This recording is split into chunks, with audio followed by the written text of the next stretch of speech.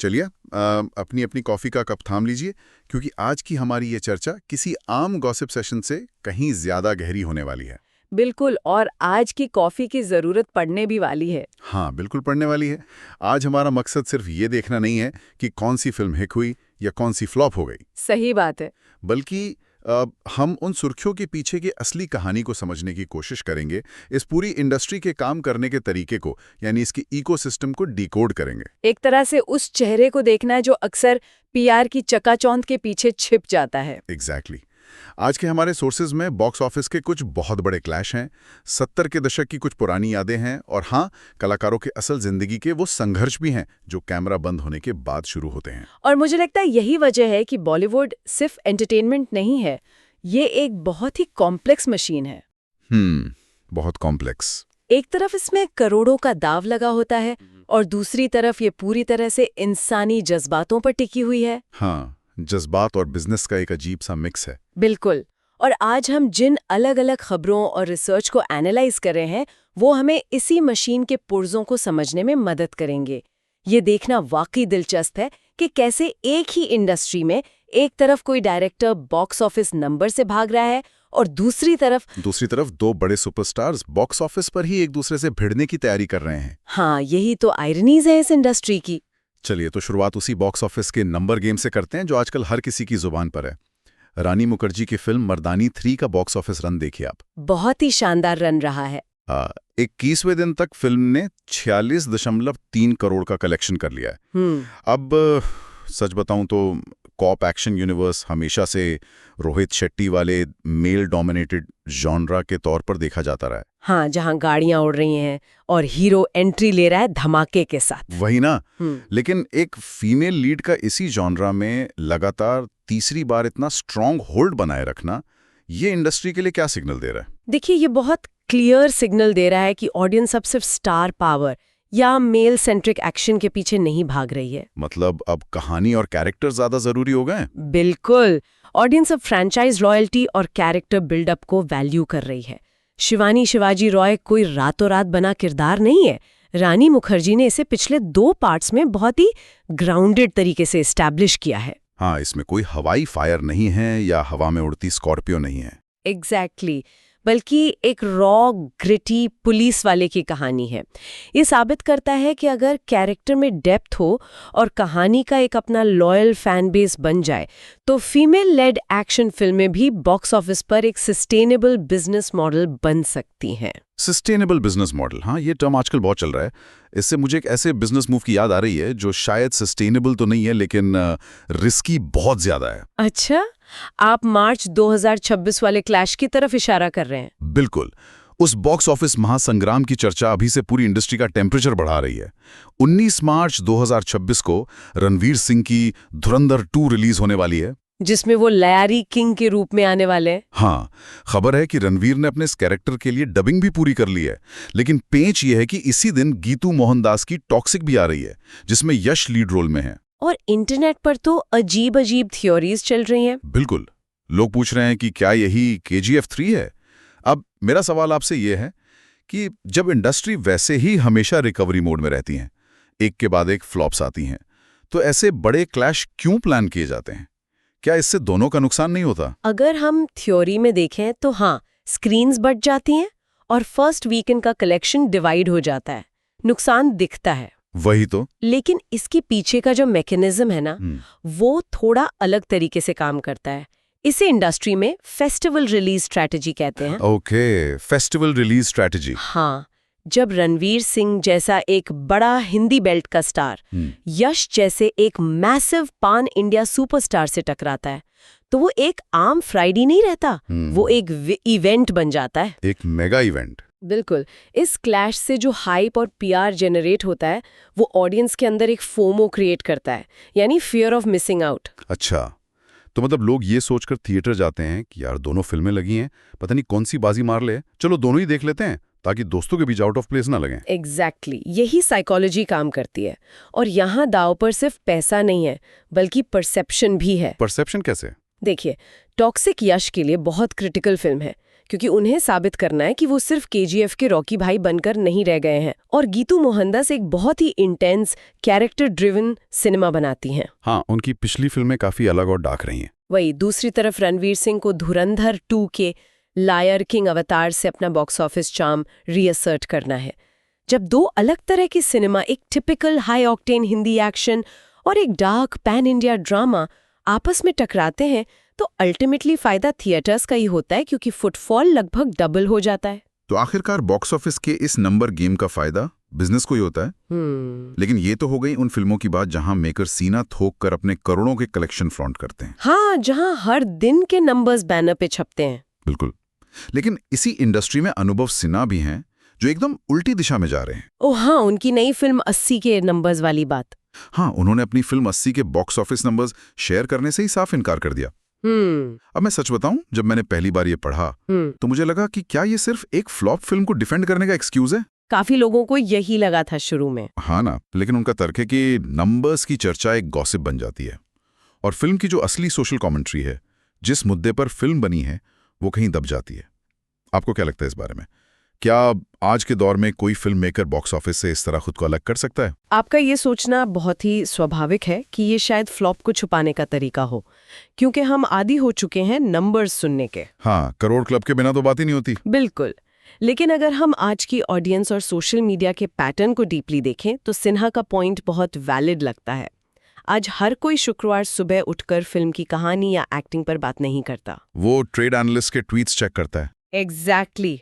वो देखते हैं कि डे 1 का ऑक्यूपेंसी रेट क्या था, मॉर्निंग शोज फुल थे या नहीं। जब सिनेमा को सिर्फ एक बैलेंस शीट बना दिया जाए, तो ऐसी जैसी फिल्में जो शायद समाज के किसी बहुत ही अनकंफर्टेबल सच पर बात कर रहे हों, उनका मैसेज उसी बैलेंस शीट के नीचे दब के रह जाता है। मतलब लोग मुद्दे पर बात करने के बजाय कलेक्शन पर बहस करने लगते हैं। हाँ, तो अनुभव सिन्हा बेसिकली उस पूरे सिस्टम के खिलाफ बगावत कर रहे हैं जिसने फिल्म मेकिंग को एक एक्सेल शीट में बदल दिया है। और ये बगावत मुझे एक और जगह देखने को मिल रही है, जहां क्रिटिक्स और इंडस्ट्री के अंदर के लोगों की आपसी राय एकदम टकरा रही है।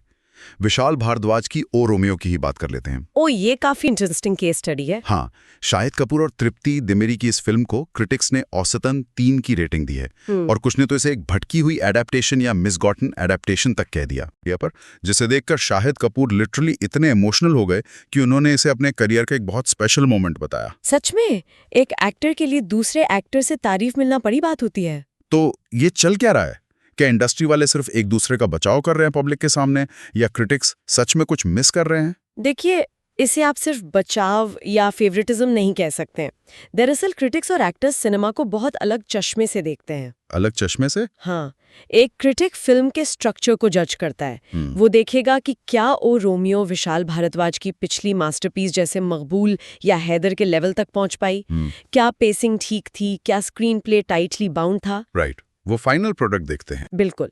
लेकिन ऋतिक रोशन जैसा एक एक्टर जो खुद कैमरा के सामने खड़ा होता है और उस प्रेशर को झेलता है, वो उस रिस्क को अप्रिशिएट कर रहा है।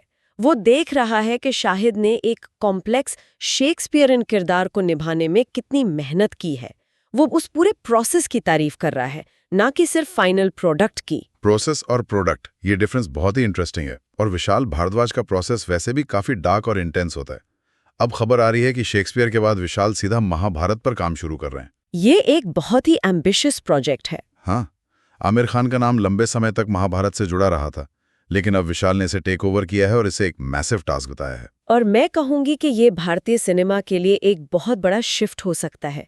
महाभारत कोई सीधी सादी हीरो और विलेन की कहानी तो है नहीं। बिल्कुल, इसमें दुनिया के सबसे जटिल किरदार हैं। हाँ, उनके ग्रे शेड्स बहुत डीप हैं और विशाल भारद्वाज का फोर्टे ही यही है, इंसानी मन के उस अंधेरे और अंतर्द्वंद को पर्दे पर लाना। अगर वो इसे अपने उस रियलिस्टिक और डार्क स्टाइल में अडैप्ट करते हैं तो ये हमारी माइथोलॉजी को देखने का पूरा नजरिया बदल सकता है। वैसे विशाल भारद्वाज के इस भारी भरकम डार्क रियलिज्म से अगर हम एकदम 180 डिग्री पलटकर सिनेमा के उस दौर में जाएं जहां सब कुछ बस फील गुड था, जहां सस्पेंशन ऑफ डिसबिलीफ पर चीजें चलती थी। आप किस दौर की बात करें? मुझे सीधे 1977 की याद आ रही है। मनमोहन देसाई की ब्लॉकबस्टर मर्डर मिस्ट्री चाचा भतीजा। हाँ, कहाँ महाभारत का डार्क रियलिज्म और कहाँ चाचा भतीजा का वो प्योर एस्केपिज्म। बिल्कुल। मतलब धर्मेंद्र, रणधीर कपूर और हेमा मालिनी का वो दौर, धर्मेंद्र का वो सरदार वाला रूप, और मोहम्मद राफी और आशा भोसले का वो आइकॉनिक गाना तेरी मेरी यारी बड़ी पुरानी। उस वक्त की 70 के दशक की फैमिली फिल्मों का जादू ही अलग था। वाकई वहां कोई पीआर एजेंसी नहीं थी जो ये डिसाइड करे कि धर्मेंद्र को किस तरह स्माइल करना है या पब्लिक में कैसे बिहेव करना है। उनका वो जो चार्म था वो बिल्कुल कच्चा और कुदरती था। आपने बिल्कुल सही नब्ज पकड़ी है। मनमोहन देसाई के उस दौर में स्टारडम मैन्युफैक्चर्ड नहीं होता था। हाँ, एक्टर्स खुद को ब्रांड नहीं मानते थे। वो एक्टर्स जैसे सेट पर होते थे, लगभग वैसे ही पब्लिक में। उनका ऑरा उनके नेचुरल पर्सोना से आता था। वो बस कैमरा के सामने आते थे और ऑडियंस उनके उस सीधेपन से कनेक्ट कर जाती थी।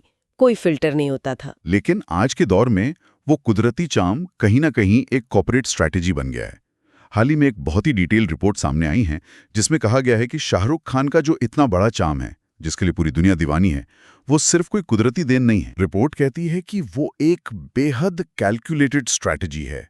हर इंटरव्यू, हर पब्लिक अपीयरेंस एक बहुत ही सोची समझी नीति का हिस्सा है। और उस रिपोर्ट ने तो यहां तक कह दिया कि एसआरके का जो असली रूप है वो शायद सिर्फ उनकी पत्नी गौरी खान ही जानती हैं। ये पढ़कर काफी फैंस हैरान हुए होंगे। हाँ, जब मैंने ये पढ़ा तो मुझे एक पल को लगा कि क्या हम इतने सालों से बस एक पीआर इमेज के प्यार में पड़े हैं? देखिए, इसे एक धोखे के तौर पर देखना थोड़ा गलत होगा। तो इसे कैसे समझा जाए? इसे आप ऐसे समझिए कि 90 के दशक में जब शाहरुख ने शुरुआत की थी, तब उनका चार्म शायद बिल्कुल नेचुरल था। लेकिन जब आप एक ग्लोबल सुपरस्टार बन जाते हैं, तो आप सिर्फ एक इंसान नहीं रहते, आप खुद एक ब्रांड बन जाते हैं। हाँ, जिस पर हजारों लोगों का रोजगार टिका होता है। बिल्कुल। और एक ब्रांड को मेंटेन करने के लिए एक पूरी मशीनरी चाहिए होती है। उनका वो बाहें फैलाने का आइकॉनिक पोज, इंटरव्यूज में उनका वो शार्प सेंस ऑफ ह्यूमर, खुद का मजाक उड़ाना, ये सब सालों की कॉन्शियस ब्रांड बिल्डिंग का नतीजा है। तो मतलब स्टारडम भी अब एक फुल टाइम जॉब है। हाँ, ये दिखाता है कि टॉप पर बने रहने के लिए सिर्फ अच्छी एक्टिंग काफी नहीं होती, बल्कि एक जीनियस माइंडसेट और डिसिप्लिन की भी जरूरत होती है। मतलब आज के दौर में किंग ऑफ रोमांस होना किसी कॉर्पोरेट सीईओ होने से कम नहीं है। लेकिन इस कैलकुलेटेड दुनिया के बीचों बीच एक और दुनिया है जहां कैमरा के सामने सब कुछ अनकैलकुलेटेड छोड़ दिया जाता है। आप किस तरफ इशारा कर रहे हैं? यही मुझे इस पूरे डीप डाइव का सबसे बेहतरीन अहम मोमेंट मिला। श्रीराम राघवन की फिल्म बदलापुर को 11 साल पूरे हुए हैं। हम सब जानते हैं कि नवाजुद्दीन सिद्दीकी का वो लियाक वाला किरदार कितना खौफनाक था। हाँ, वो किरदार तो स्क्रीन पर आते ही डर पैदा कर देता था। लेकिन चौंकाने वाली बात अब ये सामने आई है कि उस किरदार के कई अहम सीन्स के लिए कोई डायलॉग लिखे ही नहीं गए थे। नवाज ने सेट पर ही मौके के हिसाब से सब कुछ इम्प्रोवाइज किया था। वाकई, ये तो उस पीआर स्ट्रेटेजी वाले पॉइंट का बिल्कुल ऑपोजिट एंड हो गया। बिल्कुल। कहाँ एक तरफ हर लाइन स्क्रिप्टेड है और कहाँ ये इम्प्रोवाइजेशन। जब एक एक्टर बिना स्क्रिप्ट के सिर्फ सिचुएशन और अपने को एक्टर की एनर्जी को भांपकर परफॉर्म करता है, तो वो एक रॉ और अनप्रिडिक्टेबल एनर्जी क्रिएट करता है। हाँ, जिसे कॉपी नहीं किया जा सकता। लाए का किरदार पर्दे पर इतना रियल और डरावना इसीलिए लगा क्योंकि शायद खुद डायरेक्टर को नहीं पता था कि नवाज अगले सेकंड क्या बोलने वाले हैं या कैसे रिएक्ट करने वाले हैं। ये वो क्राफ्ट है जिसे आप किसी पीआर मीटिंग में बैठकर डिसाइड नहीं कर सकते। और ये अनप्रेडिक्टेबिलिटी सिर्फ एक्टिंग या फिल्म के सीन्स तक सीमित नहीं रहती। इन सितारों की असल जिंदगी की जो स्क्रिप्ट है ना, वो भी बहुत अनप्रेडिक्टेबल है। हाँ, कैमरा के पीछे की सच्चाई कुछ और ही होती है। इस चकाचौंध से दूर अगर हम असल दुनिया की बात करें तो राजपाल यादव की कहानी सुनकर मन काफी भारी हो जाता है। तिहाड़ जेल से बाहर आने के बाद उन्होंने अपने उस सफर और स्ट्रगल पर जिस खुलकर बात की है, वो सच में रोंगटे खड़े कर देती है। वो सच में एक बहुत बड़ा सेटबैक था उनके लिए। एक आदमी जो पर्दे पर आते ही सिर्फ हमें हंसाने के लिए जाना जाता है, जिसे देखकर ही हंसी आ जाती है, वो असल जिंदगी में जेल की सलाखों के अंदर से होकर गुजर रहा था। ये कॉन्ट्रास्ट बहुत चुभता है। अक्सर हम श्रोता और दर्शक ये भूल जाते हैं कि इन एक्टर्स के ब्राइट और शाइनी इमेज के पीछे एक आम इंसान भी है जो अपनी लीगल, फाइनेंशियल और पर्सनल बैटल्स अकेले लड़ रहा है। हाँ, और उन पर मीडिया की नजर भी होती है हमेशा। राजपाल यादव का जेल का वो एक्सपीरियंस और उसके बाद इंडस्ट्री के कई लोगों का उन्हें सपोर्ट करना, ये बॉलीवुड का वो मानवीय पहलू है जो अक्सर गॉसिप कॉलम्स में कहीं छिप जाता है। लोग मानते हैं कि इंडस्ट्री में कोई किसी का नहीं होता। लेकिन ये इंडस्ट्री सिर्फ उगते सूरज को ही सलाम नहीं करती। जब कोई अपना बहुत बुरा दौर से गुजरता है तो कई बार लोग उसे वापस खड़ा होने का मौका भी देते हैं। ये सॉलिडारिटी देखने को मिलती है। लेकिन वापस खड़े होने का ये मौका हर किसी को इतनी आसानी से नहीं मिलता, या यूं कहें कि इसके लिए बहुत ज्यादा मेंटल टफनेस चाहिए होती है, चाहे आप आउटसाइडर हों या इनसाइडर। इनसाइडर आउटसाइडर की डिबेट तो यहाँ चलती ही रहती है। हाँ, और शानया कपूर के केस को ही ले लीजिए। उनकी डेब्यू फिल्म बेधड़क शुरू होने से पहले ही शेल्फ्ड हो गई, यानी डब्बे में बंद हो गई। शानया ने हाल ही में शेयर किया कि कैसे उस फिल्म के ना बनने के दर्द ने, उस फेलियर ने उनके पूरे सफर को एक नया आकार दिया। लोगों को लगता है कि स्टार किड्स की लाइफ कितनी आसान होती है। वही तो, अक्सर हम सब सोचते हैं कि स्टार किड्स के लिए सब कुछ एक सिल्वर प्लाटर पर परोसा हुआ मिलता है। और इसी कॉन्टेक्स्ट में मुझे अक्षय खन्ना का वो रेयर इंटरव्यू भी याद आ रहा है, जहां उन्होंने नेपोटिज्म पर बात की थी। अक्षय खन्ना अपने इंटरव्यूज में बहुत क्लियर एंड ऑनेस्ट होते हैं। हाँ, उन्होंने उस इंटरव्यू में बहुत ही प्रैक्टिकल बात कही थी। उन्होंने कहा था कि नेपोटिज्म आपको शायद पहली मीटिंग दिलवा दे या शायद एक लॉन्च भी दे दे, लेकिन जब एक प्रोजेक्ट जिस पर आपने महीनों ट्रेनिंग की हो, वर्कशॉप की हो, वो अचानक एक दिन बंद हो जाए, तो वो जो रिजेक्शन का दर्द और खालीपन है ना, वो किसी आउटसाइडर और स्टार किड के लिए एक जैसा ही होता है। बिल्कुल, उस दर्द का कोई प्रिविलेज नहीं होता। इंडस्ट्री का जो ये रिस्क फैक्टर है, वो किसी का सरनेम देखकर नहीं आता। शानिया का उस विफलता को प्रोसेस करना और उससे आगे बढ़ना ये सिखाता है कि यहाँ टिके रहने के लिए आपकी स्किन सच में बहुत मोटी होनी चाहिए। थिक स्किन और पेशेंस दोनों की बहुत जरूरत होती है यहाँ।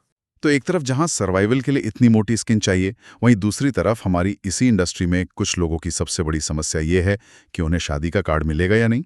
चलिए थोड़ा माहौल हल्का करते हैं इस टॉपिक से। हाँ, इस इंटेंस डिस्कशन के बाद थोड़ा उस दुनिया में चलते हैं जो सच में वो पुरानी बॉलीवुड जैसी फील देती है। इंटरनेट पर एक बहुत ही तगड़ी अफवाह उड़ रही है। कहा जा रहा है कि रश्मिका मंदाना और विजय देवराकोंडा की 26 फरवरी 2026 को उदयपुर में एक शाही शादी होने वाली है। और डेस्टिनेशन भी कितना ग्रैंड बताया जा रहा है। हाँ, उदयपुर के मेमेटार्स बाय आईटीसी होटल्स इकाया में, जो कि एक बेहद लग्जरी रिजॉर्ट है। अब सब बस इसी पर बात कर रहे हैं। और इस पूरी शाही शादी की इन बड़ी बड़ी खबरों के बीच सबसे शानदार मोमेंट वो था जब उनके को एक्टर प्रमोद शेट्टी का रिएक्शन आया। अरे हाँ, वो रिएक्शन। उन्होंने बहुत ही कैजुअल तरीके से हंसते हुए कह दिया, हमें पता है वो हमें नहीं बुलाएंगी। मतलब ये रिएक्शन कितना रियल है यार। आप चाहे कितने भी बड़े सुपरस्टार बन जाओ, पैन इंडिया फिल्मों में काम कर लो, लेकिन दोस्तों के उस ग्रुप में वो ताने सेम ही रहते हैं कि भाई पार्टी कहाँ है, या तूने मुझे इनवाइट क्यों नहीं किया। ये सच में बहुत रिलेटेबल था। हाँ, उस पूरी चकाचौंध के बीच ये एक बहुत ही रिलेटेबल और मिडिल क्लास दोस्तों वाला ह्यूमर है।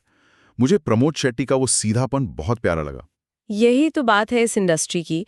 जब हम इन सितारों को पर्दे पर लार्जर देन लाइफ देखते हैं, पूरी स्क्रीन पर छाते हुए देखते हैं, तो हम भूल जाते हैं कि सेट पर ये लोग बस एक दूसरे के को-वर्कर्स हैं। बिल्कुल आम लोगों की तरह, जो साथ में लंच शेयर करते हैं, एक दूसरे की टांग खींचते हैं, गॉसिप करते हैं और शादी में ना बुलाए जाने पर ऐसे ही मजे लेते हैं। ये छोटी छोटी बातें इन स्टार्स को थोड़ा ह्यूमनाइज करती हैं हमारी नजरों में। तो इस पूरी चर्चा को हमें समेटा जाए तो हमने देखा कि बॉलीवुड सिर्फ वो नहीं है जो हमें शुक्रवार की सुबह थिएटर्स में दिखता है। हमने बॉक्स ऑफिस के उन करोड़ों के क्लैश और उस फेस्टिवल स्ट्रैटेजी से शुरुआत की, और फिर अनुभव सिन्हा के उस एक्सेल शीट रेबेलियन को समझा। विशाल भारद्वाज के डार्क प्रोसेस से लेकर 70 के दशक की उस चाचा भतीजा वाली मासूमियत तक का सफर तय किया।